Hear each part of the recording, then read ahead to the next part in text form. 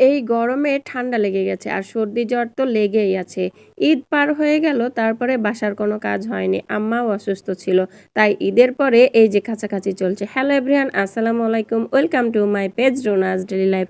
বাসার সবার শরীর খারাপ, তারপরেও কাজ তো করতেই হবে। এই রোদ গরমে মানুষের শরীর বেশি খারাপ হয়ে যাচ্ছে, কিন্তু কি আর করার আছে, শরীর খারাপ হলেও তো সংসারের কাজ করতেই হবে।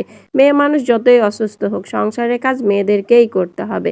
তো সকালের কাজ শেষ করে এখন তো আবার বাকি আছে ছাগল বকরি খেতে দেওয়া।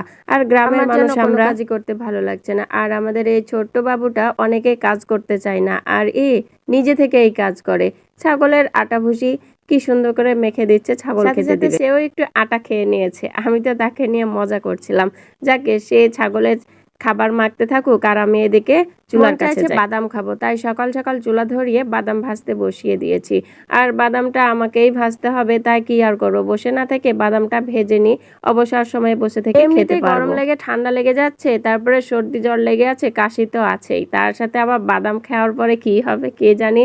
যাকে খেতে যখন মন চেয়েছে তখন বাদাম ভেজে খেতেই হবে, কারণ মনকে তো আর ফাঁকি দেওয়া যাবে না। তাই সকাল সকাল বাদাম ভাজতে বসে গেছি। বাসায় বাদাম ভেজে খেতে বেশ ভালোই লাগে। বাইরে থেকে কিনে আনা বাদামগুলো কেন জানি স্বাদ পাই না, তবে দেশি বাদাম হলে আরেকটু বেশি ভালো লাগতো। তো আজকের ভিডিওটি আমার এই পর্যন্ত। সবাই একটু বেশি বেশি করে ভালোবাসা দিয়ে পাশে থাকবেন, দোয়া করবেন। আল্লাহ হাফেজ।